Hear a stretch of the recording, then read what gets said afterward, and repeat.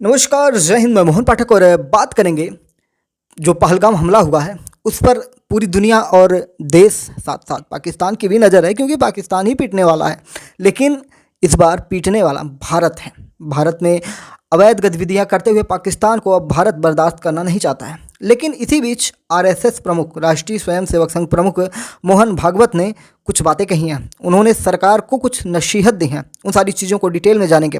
MPS Hindi पर नए हैं तो चैनल को सब्सक्राइब कर लीजिए और कमर बांध लीजिए, पेटी बांध लीजिए, सर पे कफन बांध लीजिए, क्योंकि पल पल की अपडेट्स आपको मिलने वाली है एमपीएस हिंदी पर। और हज़ारों की संख्या में जिस प्रकार से आप लोगों का प्यार और आशीर्वाद मिल रहा है चैनल को, तो इससे ये पता चल रहा है कि इस बार भारत पाकिस्तान युद्ध में एमपीएस हिंदी एक कीर्तिमान स्थापित करते हुए आप लोगों के बीच में रियल टाइम न्यूज़ लेके आएगा। आपको पल पल की जानकारी भारत पाक युद्ध का 2025 का अपडेट मिलने वाला है। प्ले लिस्ट में बना दूंगा आज, और आप वहाँ से सारी चीज़ें जान लेंगे। मोहन भागवत ने क्या बोला है? मोहन भागवत ने बोला है कि अहिंसा हमारा स्वभाव है, यानी कि हम हिंसा नहीं करते हैं, अहिंसक हैं, यानी कि किसी पर हिंसा नहीं करते हैं, गांधी जी वाला, ठीक है। हमारा मूल्य है, लेकिन हम कुछ लोग ऐसे हैं जिनको बदल नहीं सकते हैं, यानी कि कुछ लोग ऐसे हैं जिन्हें बदलेंगे चाहे कुछ भी कर लो, वे दुनिया को परेशान करते रहेंगे, तो उनका क्या करें। इनका एग्जैक्ट वाक्य ये था कि अहिंसा हमारा स्वभाव है, हमारा मूल्य है, लेकिन कुछ लोग नहीं बदलेंगे, चाहे कुछ भी कर लो, वे दुनिया को परेशान करते रहेंगे, तो उनका क्या करें। यानी कि इनका वही कहना है, जैसे हमारे यहाँ एक तकिया कलाम कह सकते हैं, या एक तरह से कह सकते हैं कि हमारे यहाँ जो एक कहावत है कि कुत्ते की दूम सीधी नहीं हो सकती है, तो वही बात यहाँ पे निकल के आ रही है। मोहन भागवत के द्वारा ये कहा गया है कि कुत्ते की दुम सीधी नहीं होगी, चाहे हम उसके साथ कुछ भी कर लें। फिर इसके बाद उन्होंने कहा कि राजा का कर्तव्य, यानी कि भारत सरकार के कर्तव्य की बात उन्होंने की कि प्रजा की रक्षा करना है, देश की रक्षा करना है, राजा को अपना कर्तव्य निभाना चाहिए। भागवत ने यह बात नई दिल्ली में प्रधानमंत्री संग्रहालय में स्वामी विज्ञानंद की पुस्तक हिंदू मैनिफेस्टो के विमोचन के दौरान कही है। आप सोच समझ लीजिए कि आरएसएस प्रमुख प्रधानमंत्री कार्यालय के पास, या कार्यालय में जो संग्रहालय है, प्रधानमंत्री संग्रहालय है, समझ सकते हैं, वहाँ पर ये बातें कही गई हैं। प्रधानमंत्री ऑफिस में नहीं, प्रधानमंत्री संग्रहालय, जहाँ पे सभी प्रधानमंत्रियों की स्मृति शेष वहाँ पे रखी गई हैं। वहाँ पे एक पुस्तक का विमोचन हो रहा था जिसका नाम है हिंदू मैनिफेस्टो। पुस्तक के राइटर कौन थे उनके बारे में हमने बता ही दिया कि किसकी किताब थी, स्वामी विज्ञानंद की किताब थी। उन्होंने पहलगाम हमले में मारे गए 26 लोगों के लिए 2 मिनट का मौन भी धारण किया। उन्होंने कहा कि अहिंसा हमारा धर्म है, गुंडों को सबक सिखाना भी हमारा धर्म है। हम अपने पड़ोसियों का कभी अपमान या नुकसान नहीं करते, लेकिन फिर भी अगर कोई बुराई पर उतर आए तो दूसरा विकल्प क्या है। आपको समझ लेना चाहिए कि मोहन भागवत जी कभी ऐसे बयान नहीं देते थे। इनके बयान से आपको हर तरीके से ये लग रहा होगा, या ये समझिए कि इनके बयान में कहीं भी आपको ऐसा नहीं लग रहा है कि भारत सरकार जिस प्रकार की मूवमेंट कर रही है उस मूवमेंट के खिलाफ है। ये कहीं ना कहीं इनडायरेक्ट समर्थन दे रहे हैं कि अब कुछ भी करिए, लेकिन जो कुत्ते की दुम टेढ़ी है उसको सीधी करने के लिए भले ही डंडा लगा के सीधी कर दीजिए, लेकिन उसको सीधी करिए, उसको सीधा करना। डंडा लगाने का मतलब है कि अब जो करना है करिए, घुसिए, जहाँ तक घुसना है डंडा गाड़ दीजिए, खड़ा कर दीजिए और वहीं पर डटे रहिए। मोहन भागवत के बयान की बहुत सारी चीज़ें निकल सकती हैं, उसका एनालिसिस करेंगे, एक्सपर्ट्स जब इस पर समझने की कोशिश करेंगे तो बहुत कुछ निकलेगी। जैसे दुनिया को हमें बहुत सिखाना है और हमारे पास बहुत कुछ है। हमारी अहिंसा लोगों को बदलने के लिए, उन्हें अहिंसक बनाने के लिए कुछ लोग तो बन गए, लेकिन कुछ नहीं बने। वे इतने बिगड़े हैं कि कुछ भी करो वे नहीं बदलेंगे, बल्कि दुनिया में और उपद्रव मचाएंगे। मैंने रावण का जिक्र इसलिए किया क्योंकि हम तो किसी के दुश्मन नहीं, द्वेष हमारा स्वभाव नहीं। रावण का वध भी उसके कल्याण के लिए हुआ था। उसके पास अच्छा आदमी बनने के लिए जो जरूरी होता है वह सब कुछ था।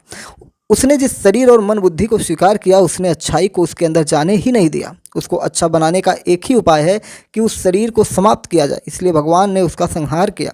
हमारे यहाँ देखा जाता है कि शत्रु अच्छा है या बुरा, यह देखा जाता है, इसे बैलेंस किया जाता है। इसलिए गीता में अहिंसा का उपदेश, ताकि अर्जुन लड़े और मारे, क्योंकि उस समय ऐसे लोग सामने थे कि उनका कोई और इलाज नहीं था।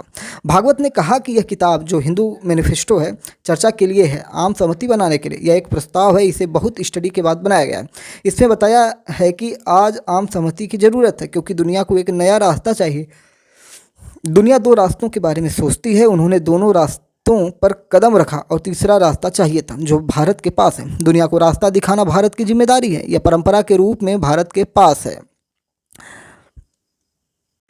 इससे पहले मोहन भागवत ने पहलगाम हमले पर पहले ही अपनी प्रतिक्रिया दी थी। उन्होंने कहा था, पहले तो उन्होंने इसकी निंदा की थी पिछले दिनों। उन्होंने कहा था कि मैं हमले की निंदा करता हूँ। उन्होंने कहा कि आतंकवादियों ने लोगों से उनका धर्म पूछने के बाद हत्या की। हिंदू कभी ऐसा नहीं करेगा, यानी कि अगर हिंदू होता तो वो धर्म पूछकर नहीं मारता। मोहन भागवत ने आगे कहा कि यह लड़ाई धर्म और अधर्म के बीच की है। हमारा देश कितना शक्तिशाली है ये दिखाने का समय आ चुका है। यानी कि मोहन भागवत खुल्लम खुल्ला कह रहे हैं कि पेलो इस बार, ठीक है। भागवत ने ये बातें मुंबई में एक कार्यक्रम में कही थी। भागवत ने कहा, हमारे दिल में दर्द है, हम गुस्से में हैं, लेकिन बुराई को नष्ट करने के लिए ताकत दिखानी होगी। भागवत के ने उदाहरण के तौर पर अपने भाषण में बताया कि रावण भगवान शिव के भक्त थे, लेकिन वे बुराइयों से दूर नहीं रह सके। भगवान राम के रावण को सुधारने का मौका भी दिया, लेकिन रावण सुधरा नहीं, बाद में सबक सिखाना ही पड़ा। उन्होंने कहा कि बुरी नीयत वालों की आंख फोड़ देनी चाहिए। आरएसएस प्रमुख ने अपनी सारी बातों को स्पष्ट रूप से कह दिया है और उससे आपको समझ लेना चाहिए कि कहीं भी पाकिस्तान को छोड़ने के चक्कर में कोई नहीं है।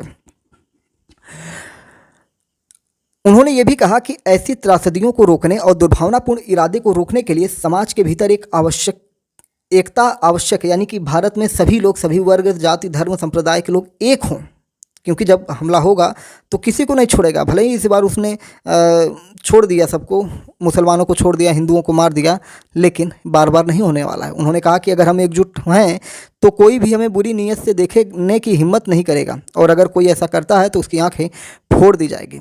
घृणा और शत्रुता हमारे स्वभाव में नहीं है, लेकिन चुपचाप नुकसान सहना भी नहीं है। एक सच्चे अहिंसक व्यक्ति को मजबूत भी होना चाहिए। अगर ताकत नहीं है तो कोई विकल्प नहीं है, लेकिन जब तक ताकत होती है तो ज़रूरत पड़ने पर यह दिखाई देनी चाहिए। केंद्र सरकार की बात करें तो केंद्र सरकार भी बहुत सारी चीज़ कर रही है, और सरकार ने एडवाइजरी भी जारी की है, जिसके बारे में हमने लेक्चर लिया है कि सरकार ये कह रही है कि सोशल मीडिया पर थोड़ा सोच समझ के संभल कर बात करिए। और आपको एक बात बता दूं कि वहीं कथावाचक पंडित प्रदीप मिश्रा ने भी कुछ बातें कही हैं। उन्होंने अमित शाह को लेकर कहीं ना कहीं शंकर भगवान से, भगवान शिव से उनका अंश बताया है कि वो इस समय भगवान शंकर के अंश में हैं। उन्होंने कहा कि शाह शांत भी रहते हैं, मौन भी रहते हैं और तांडव भी दिखा देते हैं। उन्होंने विपक्ष के 200 हिंदू सांसदों को कलंक भी बताया, यानी कि जो विपक्ष के 200 सांसद हैं जो भारत सरकार को हमेशा रगड़ते रहते हैं, उनको कलंक बताया। पंडित प्रदीप मिश्रा इन दिनों बिहार के मधेपुर में शिव महापुराण की कथा कर रहे हैं, और वहाँ पर उन्होंने पहलगाम में आतंकी हमले की निंदा की। उन्होंने कहा कि पहलगाम की घटना झकझोर देने वाली है, जहाँ धर्म पूछकर गोली मार दी गई। उन्होंने मंच से अपील किया कि सनातनियों जाग जाओ, तुम्हारे घर में शास्त्र है या नहीं हमें उससे मतलब नहीं है, लेकिन अब तुम्हारे घर में बेटा बेटी को शस्त्र चलाने आना चाहिए। पहलगाम में जो घटना घटी हुई है वह दिल को झकझोर देने वाली। भारत की भूमि पर हिंदुओं की मौत कब तक होती रहेगी? कभी बंगाल में हिंदू मर जाता है और कभी कश्मीर की घाटी में कपड़े उतार कर देखा जाता है कि यह हिंदू है तो गोली मार दी जाती है। पंडित मिश्रा ने पहलगाम की घटना पर कहा, करोगे क्या? कैंडल मार्च निकालोगे, पुतले जलाओगे, बन सकेगा तो थोड़ा थोड़ा नारा लगा लोगे और फिर शांत होकर घर बैठ जाओगे। मेरा निवेदन है कि सनातनियों जाग जाओ, तुम्हारे घर में शास्त्र है कि नहीं उससे नहीं मतलब, शस्त्र चलाना सबको आना चाहिए। हमारे सनातन धर्म का कोई भी देवता बिना शस्त्र के नहीं है। जो भी सनातन धर्म के देवी देवता हैं शस्त्र लिए हैं, चाहे आप किसी भी देवता को देख लीजिए, ब्रह्मा विष्णु महेश, सभी के हाथों में कुछ ना कुछ रहता है, ठीक है। तो हमारा घर बिना शस्त्र के नहीं होना चाहिए। जब वक्त पड़े तो शस्त्रों को निकालो और बाहर खड़े कर दो। उन्होंने कहा कि ये पूछा जा रहा है कि तुम हिंदू है और गोली मारी जा रही है। बंगाल में देखा जा रहा है कि हिंदू और घर से बाहर निकाल कर मारा जा रहा है। 200 सांसदों के बारे में उन्होंने कहा कि बंगाल में हिंदू को घर से निकालकर गोली मारी गई। संसद भवन में बैठे हुए 200 हिंदू सांसद वक्फ बोर्ड बिल के ऊपर रात भर बहस करते हैं और हिंदू के नाम पर कलंक बनकर बैठे हैं। ले जाओ उनको और कश्मीर घाटी को सौंप दो, जो सनातन धर्म को छोड़कर हिंदू होकर हिंदू के लिए शब्द निकालता है। उन्होंने कहा कि उस लड़की को देखा जिसकी 8 दिन पहले शादी हुई थी, मेहंदी लगी हाथ में और पति मर गया, एक बेटा चला गया, 26 से 27 लोग मौत के घाट उतार दिए गए। कब तक झेलेंगे? तुम्हारा जागना जरूरी है, बहुत ज़रूरी है। यानी कि हर मंच से आवाज़ उठ रही है कि इस बार पाकिस्तान को बढ़िया से पेलो।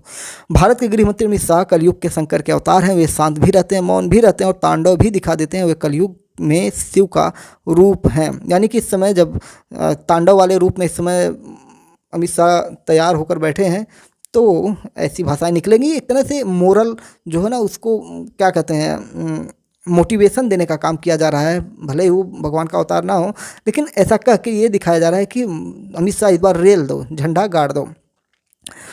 तो यही सारी चीज़ें हैं। वहीं आपको बता दें कि ज्योतिष पीठाधीश्वर जगत गुरु शंकराचार्य अविमुक्तेश्वरानंद सरस्वती ने बड़ा बयान दिया है। उन्होंने पहलगाम हमले में आतंकियों को लेकर कहा कि अभी तक आतंकवाद का कोई धर्म नहीं आता था, लेकिन इस घटना के बाद अब स्पष्ट हो चुका है कि आतंकवाद सिर्फ एक ही धर्म है, वो इस्लाम है। चलिए, इतना तो ठीक था, लेकिन भारत सरकार को भी उन्होंने बढ़िया से लताड़ा है कि बहुत सारी बातें उन्होंने की हैं, क्या क्या बोला जाए। उन्होंने पिछले दिनों अखिलेश यादव के उस बयान को लेकर भी बातें कही, जिसमें कहा, अखिलेश यादव ने गाय के गोबर से बदबू आ रही है ऐसे शब्द बोले थे। तो उन्होंने कहा कि यदि सपा चीफ अखिलेश को गाय के गोबर से बदबू आ रही है तो वह भूल गए कि वो उस कुल में जन्मे हैं जहां गौ सेवा परंपरा है। इस बयान से पूरी परंपरा लज्जित है। अविमुक्तेश्वरानंद सरस्वती ने ये बात कहा। अच्छा, उन्होंने आतंकवाद को लेकर क्या क्या, उन्होंने कहा कि पहलगाम में हुए हमले को लेकर अभी तक आतंकवाद का कोई धर्म नहीं नजर आ रहा था, लेकिन जब ये हमला हुआ उसके बाद पता चल गया, स्पष्ट हो गया कि आतंकवाद का सिर्फ एक ही धर्म है, वो इस्लाम है। यदि ऐसा नहीं है तो अभी तक मुस्लिम नेताओं और धर्म गुरुओं को सामने आना चाहिए था। ऐसे आतंकी मुसलमानों का बहिष्कार करने के बयान सामने आने चाहिए थे, लेकिन ऐसा कुछ भी नहीं हो रहा है। इससे स्पष्ट हो गया है कि आतंक का धर्म सिर्फ इस्लाम है।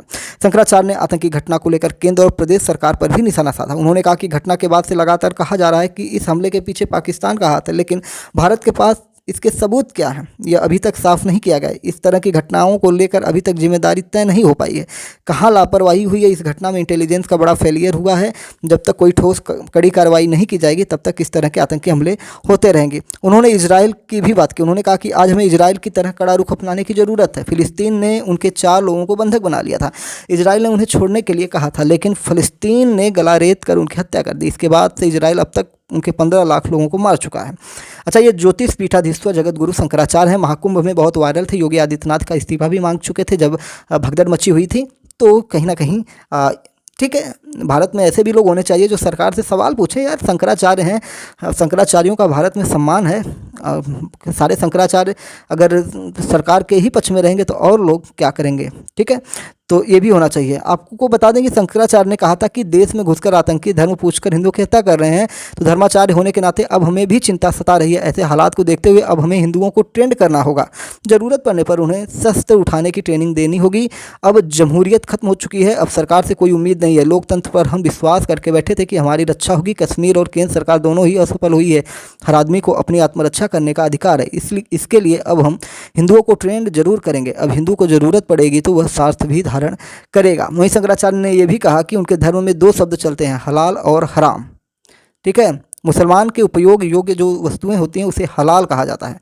मुसलमानों ने चेन्नई कोर्ट में एफिडेविट दिया है। उसमें उन्होंने स्वीकार किया है कि जब तक हम किसी बनी हुई चीज़ में थूक नहीं देते हैं, अपने शरीर का जब तक कोई अंश उसमें मिला नहीं देते हैं, तब तक वह हमारे उपयोग योग्य नहीं होता है। उन्होंने अपने एफिडेविट पर यह भी कहा है कि ऐसी स्थिति में हमें बचपन से सुनते थे कि मुसलमान के यहाँ पानी नहीं पीना। आज एफिडेविट से यह पता चल चुका है कि भाई ये सब ठीक है। यानी कि यदि धर्म बचाना है तो अपनी आंखों के सामने बना हुआ ही खाना होगा। पैकेज ड्रिंकिंग वाटर सहित अन्य खाद्यान्न सामान से दूरी बनाना चाहिए। मेरा तो अपने हर शिष्य से यही कहना है कि तिलक चोटी और घर की रोटी यही सही है। अभी आप शुद्ध रह सकते हो, तभी आप शुद्ध रह सकते हो। उन्होंने कहा कि औरंगजेब की कब्र हटाने के मामले में उनका ये कहना है कि शास्त्र कहता है कि बैर तब तक रहता है जब तक मृत्यु नहीं होती है। जब व्यक्ति मर गया, वह हमारा शत्रु भी है, तो उससे शत्रुता खत्म हो जाती है। आप पर कोई क्रिमिनल केस भी तब तक चलता है जब तक आप जीवित हो। जब मर गए तो सब खत्म हो जाता है। यदि हमारा औरंगजेब से कोई बैर था तो उसके मरने के बाद अब कैसा बैर, अब उसकी कब्र से कैसा बैर। आज यदि हम उसकी कब्र हटा भी दें तो इतिहास बन जाएगा कि उसकी कब्र तब और उन लोगों ने हटाई थी, वो इतिहास के माध्यम से जिंदा बना रहेगा। बात तो सही है कि अगर उसकी कब्र हटती है तो फिर से इतिहास बनेगा कि उसकी इस कब्र को दोबारा खोदा गया था। भाई, कब्र में दफन है, उसको दफन रहने दीजिए, नहीं तो फिर से वो वायरल होगा। और वायरल हुआ भी बीच में, देखे कितना मामला गड़बड़ हुआ है। भाई, कुछ ना कुछ कभी कभी सही बोल ही जाते हैं ताकि उसकी कब्र कहाँ है कोई नहीं बता सके। यानी कि वो कह रहे हैं कि इसलिए उसकी उपेक्षा करो, मतलब उसकी उपेक्षा ही करते रहो, उसको ध्यान में मत लो जिससे उसके बारे में कोई जान ही नहीं पाए, तभी आपकी सफलता। आज उसकी कब्र की इतनी चर्चा कर दी गई कि देश का हर एक व्यक्ति जानता है कि औरंगजेब की कब्र कहाँ है। जो लोग उसका महिमा मंडन कर रहे हैं, जिन्होंने उसको महान बताया, वह तो ऐसा ही कहते रहेंगे। इतिहास हम सिर्फ सीखने के लिए पढ़ते हैं, इसलिए इतिहास को ढोते नहीं हैं। इतिहास ये बताता है कि क्या सही हुआ क्या गलत हुआ, आज उससे सीख लेकर क्या करना चाहिए। इतिहास आज के जीवन को बर्बाद करने के लिए नहीं पढ़ा जाता है। तो बहुत सारी बातें इन लोगों ने कहा और इन सारी चीज़ों से ये स्पष्ट हो गया है कि कोई भी शंकराचार्य हो, आरएसएस प्रमुख हो, भारत का नागरिक हो, भारत की सरकार हो, हर कोई इस हमले से आहत है, दुखी है। अच्छा, शंकराचार्य ने एक और बात कही है, आज इनका एक और इंटरव्यू मैंने देखा जिसमें ये सिंधु समझौते को लेकर बात कर रहे थे। इन्होंने कहा कि भारत सरकार कहती है कि सिंधु समझौता जो है उसको रद्द कर दिया गया है, लेकिन ये कह रहे हैं कि इनके कुछ जानकार हैं, उन्होंने बताया कि अगर पानी रोका भी जाए, आज से ही रोकना शुरू किया जाए तो 10-20 साल लग जाएंगे पानी रोकने में।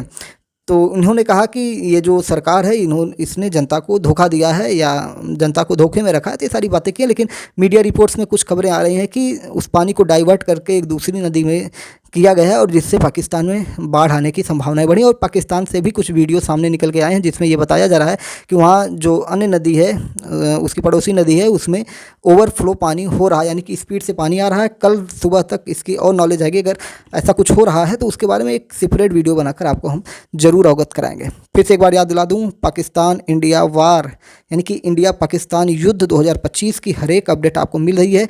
चैनल पर तुरंत जुड़ जाइए, चैनल को सब्सक्राइब कर लीजिए daily current affairs news analysis के लिए, स्पेशली हिंदुस्तान पाकिस्तान युद्ध 2025 के लिए। जय हिंद, नमस्कार, भारत माता की जय।